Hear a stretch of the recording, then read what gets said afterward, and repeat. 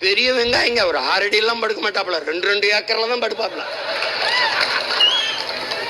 உள்ள உள்ள படுத்து உருளாங்க பொருள், அப்படியே அப்படியே உருண்டு கடற்கரையில ராத்திரியா தெரிச்சு அப்படியே வாக்கிங் போவாங்க பொழுது.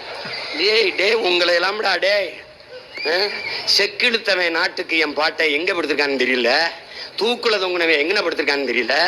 நான் நீங்கள உங்களை எல்லாம்டா வேணாம்டா. இப்ப ரொம்ப கோவம் வருது. இப்பெல்லாம் அவன் சிக்கிருந்தான்னு வச்சுக்க, செத்தான் நான் ஜெயிலுக்கு கொண்டிருப்பேன். என்னது என்னது கொஞ்ச நஞ்ச வேலை இல்லடா. ஒரு 2 வருஷத்துக்கு நம்ம கடப்பாரம் மண்வெட்டி கோடாரியோடவே தெரியணும்டா.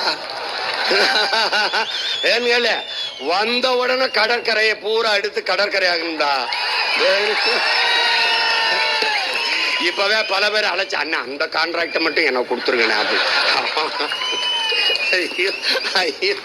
இவங்க எல்லாம் பணங்காட்டு நரி சலசொலப்புக்கு அஞ்சாது. திராவிடர்களின் பொன்மொழி. அவனுக்கு தெரியாது பணங்காடே நம்ம தான், அவனுக்கு தெரியாது. 2வது அவன் பணங்காட்டு நரி, நம்ம வன்னிக்காட்டு புலி. அவனுக்கு தெரியாது நம்ம யாருன்னு. மக்கள் வணக்கம்.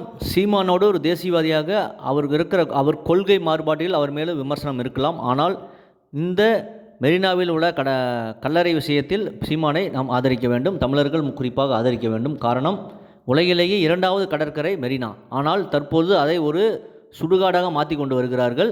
அது எதிர்காலத்துக்கு அது நல்லதல்ல. ஆகவே சீமான் அவர்கள் சொல்வது போல அந்த கல்லறையெல்லாம் அகற்றிவிட்டு கடற்கரையாக பண்ண வேண்டும். அதுதான் நம்முடைய தமிழர்களுக்கு நல்லது. மெரினாவுடைய கடற்கரையும் ஒரு அழகாக இருக்கும். அதுதான் சுற்றுச்சூழலுக்கு உகந்தது. ஆகவே ஒரு காலத்தில் சீமான் சொல்வது நடக்கும் என்று நாம் நம்புவோம். இதை பற்றி உங்கள் கருத்தை கமெண்ட் செய்யுங்க. சேனலை ப்ளீஸ் சப்ஸ்கிரைப் அண்ட் ஷேர் செய்யுங்கள். நன்றி, வணக்கம், ஜெய்ஹிந்த்.